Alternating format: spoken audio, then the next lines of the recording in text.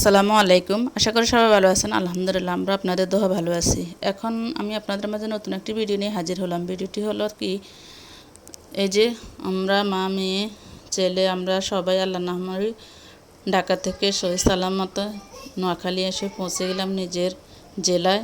এখন নিজের বাড়িতে নিজের ঘরে, যাক আল্লাহ সহি সালামত আমাদেরকে আনি পৌঁছাইছে, এটাই আলহামদুলিল্লাহ আল্লাহ দরবারে। যে পুরুষরা আমি একাই ছেলে মেয়েদেরকে নিয়ে ঢাকা থেকে জার্নিং করে নোয়াখালী আসছি। আল্লাহ নাম হয়ে এখন ঘরে আসি পৌঁছে গেছি। আর দেখেন ঘরের ভিতরে ঢুকে কী যে অবস্থা পরিস্থিতি। ঘরে যদি মহিলা না থাকে তাহলে পুরুষরা কীভাবে ঘর গোছগাছ করে রাখবে? মহিলারা তো হলো ঘরের একটা সৌন্দর্য। তারা ঘরে সব কিছু ঠিকঠাক মতন গুছিয়ে গেছে রাখে, পয়সা কি তা পারে। তারপরে যাক আলহামদুলিল্লাহ যতটুকু রেখেছে। এরপর আমরা আস্তে আস্তে বিকেল হয়ে গেছে। আপনাদের ভাইয়া সকাল আমাদের জন্য রান্নাবান্না করে রেখেছে, দুপুরে খাওয়া দাওয়া করছে। তো এই মাছ চচ্চড়ি আর মশারির ডাল আর ডিম ভাজি করে রেখেছে। দেখেন আলহামদুলিল্লাহ, যাক এসে ভাত খেতে পারলাম, এটাই আলহামদুলিল্লাহ। নিজে আর কষ্ট করে রান্না করা লাগে না। তরকারির কালার দেখে তো বোঝা দেয় কত মজা হয়েছে, অনেক সুস্বাদু হয়েছে। তো এদিক দিয়ে আমি খেয়ে নিলাম আর ফাহাদ খাইতেছে। আমি খেতে ভাত খাইতে আছি আর ফাহাদে খেয়েছে। এরপরে দেখেন যাক রাত্রে কাটাইলাম কোনো মতে। পরের দিন সকালে এখন উঠে নাস্তা রুটি বানাইলাম, আলু ভাজি করলাম আর ফাহাদের জন্য ডিম ভাজি করলাম। আর আমাদের ফেভারিট চা তো থাকে সবসময়, কিছু থাকুক না থাকুক এই চা প্রতিদিন সকালবেলা থাকে। আর আপনাদের ভাইয়া খায় রং চা, আমি এবং আমার বাচ্চারা ওরা সবাই খায় দুধ চা। তো এই চা খেয়ে এরপর বেরিয়ে পড়লাম কাজের জন্য। রাত্রে অনেক বৃষ্টি হয়েছে, পানিগুলো অনেক ময়লা। এরপরে চলে আসলাম পাকের ঘরে। দেখেন পাকের ঘরের কী যে অবস্থা। আমি যখন ঢাকায় ছিলাম আপনাদের ভাইয়া 20 মণ লাকড়ি কিনে রেখেছে। তো এগুলো তো নিজে নিজে একা উঠানো সম্ভব না। তো পাকের ঘর ভর্তি লাকড়ি। আর আমরা যেহেতু মাটির চুলে রান্না করি, অতি প্রয়োজনীয় আমাদের লাকড়ি। আর এই লাকড়িটাও আমরা কিনে ব্যবহার করি। তো আপনাদের ভাইয়া 20 মণ লাকড়ি কিনে রেখে দিয়েছে। তো এখন এগুলা কি করব, পুরো রসিঘর কী যে অবস্থা হয়ে রয়েছে, ঘরের কী যে অবস্থা। আর আপনাদের ভাইয়া সকালে ও খেয়েছে রং চা, ও খাই এরপরে বাইরে গেছে ওর কাজে। আর এদিকে আমি উঠে সব দেখতেছি কী যে অবস্থা ঘরের, সব এলোমেলো। পুরুষ মানুষ ঘরে রয়েছে, যাক ঠিকঠাক মতো অতটুকু রয়েছে, এটাই আলহামদুলিল্লাহ। মহিলারা যেভাবে ঘরের সৌন্দর্যটা বাড়িয়ে গোছ গাছ করে সব কিছু রাখে, পুরুষরা কি তা পারেনি? কোনো দিন পাইছে করছে আর নিজে নিজে রান্না করে খেয়েছে, এটাও তো আলহামদুলিল্লাহ। যাক আমরা তো দীর্ঘ কয়েকদিন ছিলাম ঢাকা, তো আর কি করব, এখন আসছি আবার পাকের ঘরে। আসি কিছু হালকা চাপসা কিছু পরিষ্কার করে নিয়ে নিলাম, কি আর করব। ওই এক রুমে তো পুরা লাকড়ি আর এদিক দিয়ে যা এলোমেলো ছিল, তো আমি কিছু টুকটাক গোছগাছ করে নিয়েছি। আর এদিকে দেখি কোনো তরকারিও নেই। তো আমি চলে গেলাম, আমার এই আলু পাতা নিয়ে আসছি। কিছু আলু পাতা আছে, তো আমি নিয়ে আসছি কিছু আলু পাতা। আজকে তো রান্না করতে হবে, এতে কাঁচা তরকারি কিছুই নেই দেখি ঘরে। ও কাঁচা বাজার করেই নি বলছে, আমি তো কাঁচা বাজার টোটালি করি নেই। মাছ বা এই টুকিটাকি হাবি জাবি খেয়ে দিন কাটাইছে। আর এদিক দিয়ে দেখেন আমি নাই, আমার জানালার উপরে কী যে অবস্থা, অন্য গাছ বাসা বেঁধে ফেলছে, জঙ্গল সব একত্রিত হয়ে গেছে। আমার জানালার উপরে পর্যন্ত লতা বাড়ি কী অবস্থা হয়ে গেছে। তো এগুলো এখন পরিষ্কার করব। আর এদিকে লাকড়ির কী অবস্থা, তো এগুলো আস্তে আস্তে সবগুলা উঠাই ফেলবো। রসিঘরের টং বলে আরই দরমা বলে যাই বলে, ওইখানে উঠে ফেলবো। আর এদিকে চলে আসছি ঘরে। আসে রাহিকে বলতেছি যে রাহি ঘরটা ঝাড়ু দিয়ে দাও। রাহিকে বলতেছি আপাতত একটু ঝাড়ু দিয়ে দাও, পরে আমরা সুন্দর করে সব গোছগাছ করে ঠিক করে নিব। রাত্রেও একবার দিয়েছি হালকা পাতলা দিয়ে কোনো রকম রাত কাটাইছি। এরপরে এখন সকালও দিতেছে। আর সম্পূর্ণ কাজ শেষ করে এরপর ঘর ধরবো। আগের লাকড়িগুলো উঠে ফেলবো, এরপর ঘর ধরবো।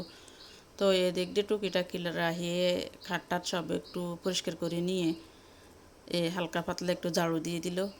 আর এদিকে দেখেন প্রত্যেকটা রুমের কী যে অবস্থা, করার কি আছে। আর এদিকে আমরা রাহি ঘর ঝাড়ু দিয়েছি, কিন্তু দেখেন রাহি আর হোমেরা ওরা দুজনে আবার বাইরে থেকে পাতা এনে কুচি কুচি করে পুরা ঘর করতেছে, আবার খাটের উপর ঘর ওরা নোংরা করতেছে। তো ওদের থেকে আমি পাতাগুলো নিয়ে নিলাম। আর এদিকে খুবই বৃষ্টি চলতেছে দুপুরবেলা, একদম দুমসি বৃষ্টি হইতেছে। তা আপনাদের মাঝে এই বৃষ্টিটা একটু শেয়ার করলাম। প্রচণ্ডভাবে বৃষ্টি হইতেছে দুপুরবেলা, কি আর করার আছে বৃষ্টির দিনে। এমনি তো কাজকর্ম অনেক, এরপর আবার বৃষ্টি, মনটা একটু খারাপ, এই জন্য বসে বসে বৃষ্টিটা উপভোগ করলাম, দেখতেছি। তো চলে আসলাম পাকের ঘরে, রান্না বান্না শেষ করে খাওয়া দাওয়া শেষ করে দুপুরের চলে আসলাম।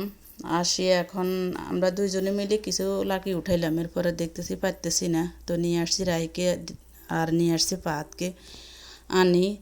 তো তারা বাপ বেটি দুইজনে উপরে উঠছে, আর আমরা মা ছেলে দুইজনে নিচে।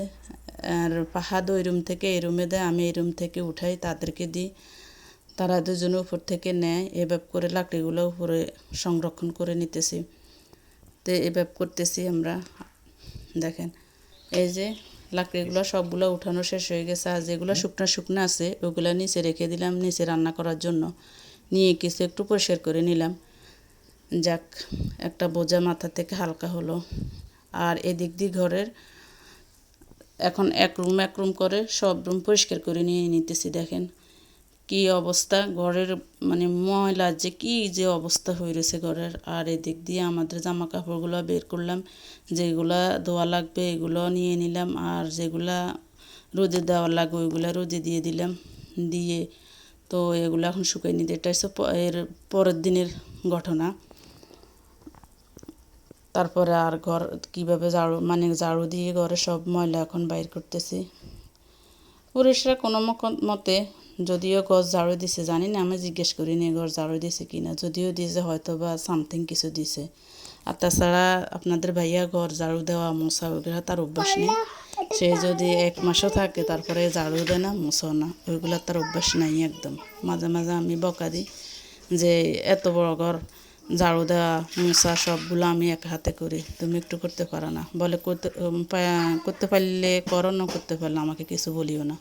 তো এক রুম থেকে অনেকগুলো বাইর করছি, এবং এখন আর এক রুম থেকে অনেকগুলো বাইর করতেছি। আর এদিকে পাহাদের জামা কাপড় এগুলা কিছু জামা কাপড় ধুয়ে দিতে হবে, পাহাদ চলে যাবে মাদ্রাসায়।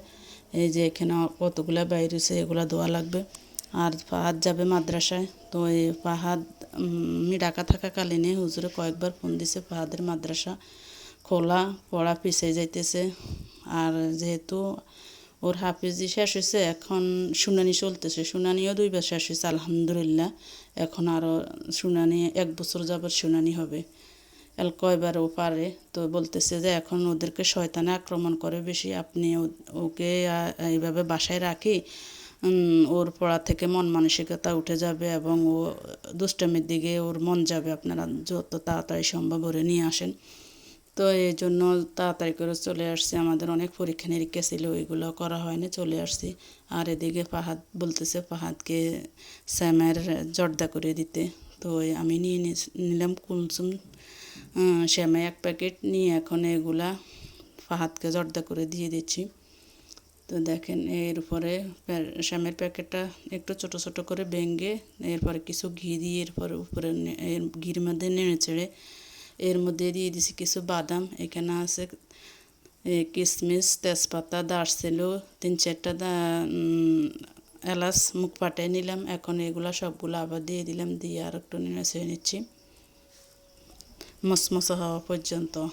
তো দিয়ে দিলাম দুধের গুঁড়া, দিয়ে এখন কিছুক্ষণ উল্টে পাল্টে নেড়ে চেড়ে নিয়ে নেব।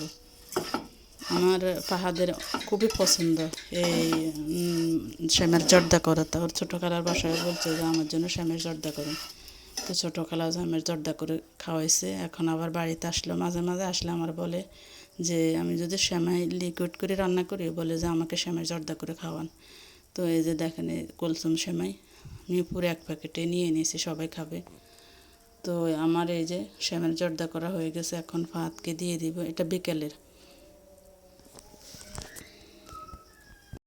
এই যে সেমের জর্দা করা হয়ে গেছে, এখন নিয়ে নেব, বাটি নিয়ে নিচ্ছি।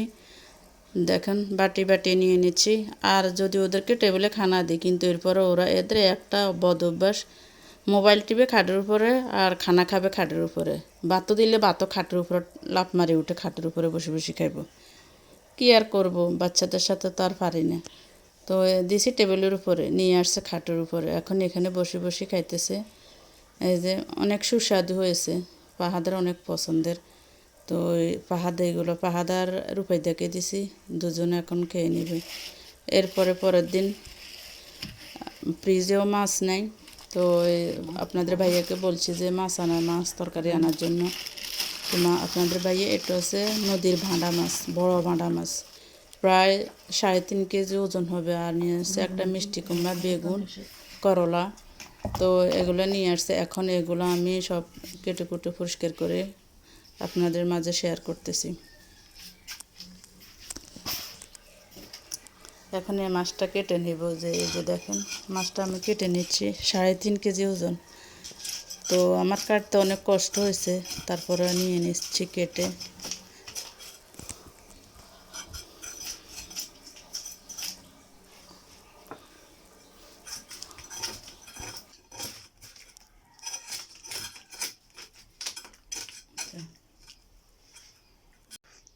মাছটা কেটে নিলাম। দেখেন মাছটার মধ্যে ডিম হয়েছে, অনেক বেশি ডিম।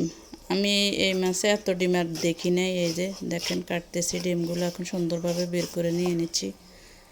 যেহেতু এই মাছগুলো ফ্রিজে থাকে, ঠান্ডা বরফ ছিল, ডিমটা একদম চাকা হয়ে বাইরে আসছে, অনেক ডিম।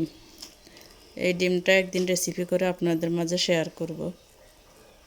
তো এটা নদীর বড় ভাঁড়া মাছ, খেতেও অনেক সুস্বাদু, ইলিশ মাছের ঘ্রাণ আসে। তো আমি কেটে পরিষ্কার করে নিয়ে এসে এখন কিছু বসাই দিলাম। আর এই যে দেখেন আমি কিছু মাছ কষাই নিচ্ছি, নিয়ে এখন এইগুলা দিয়ে বেগুন দিয়ে রান্না করব। ইলিশ মাছের ঘ্রাণ স্বাদটাও ইলিশ মাছের কিছু কিছু আসে। আর নিয়ে নিচ্ছি করলা, এখন এই করলাও ভাজি করে নিব। তো মাছটা আমার কষাই হয়ে আসছে, এখন এটাকে আমি জল থেকে উঠিয়ে নিব। উঠাইয়ে আমি তরকারি দিয়ে দিব, না হলে মাছগুলি ভেঙে যাবে। তো এখন উঠিয়ে নিচ্ছি আর একটা পাত্রে। এরপর বেগুনগুলো দিয়ে এখন সুন্দরভাবে রান্না গনাই আসলে এরপর আবার মাছ দিয়ে দিব। রান্না শেষ হয়ে আসছে, দেখেন কালারটা দেখেন, অনেক সুস্বাদু, খেতেও অনেক সুস্বাদু হয়েছে। আর এখানে করলা ভাজি করছি, করলা ভাজিটা অনেক সুস্বাদু হয়েছে। তো ওই দুপুরে দেখেন আমি কাজকর্ম সবগুলো সেরে গোসল করে নামাজ পড়ে আসছি। এর আগে আপনাদের ভাই খিদে লেগে গেছে, উনি খেয়ে নিয়েছে। আর এটা আগের দিনের কিছু আলু পাতা ছিল, আর আমি আলু ভাজি করছি যে সকালবেলা, ওই আলু ভাজির কিছু আলু ছিল, তো আমি ওই আলুও পাতার মধ্যে দিয়ে একটু গরম করে নিয়ে নিলাম।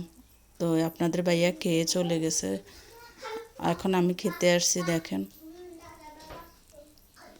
অনেক সুস্বাদু হয়েছে, খেতে অনেকই মজা। আর বেগুন তরকারিটা আমাদের ফ্যামিলিতে কমে খাওয়া হয়, কিন্তু ওই দিন এই তরকারি দিয়ে খাওয়ার জন্য।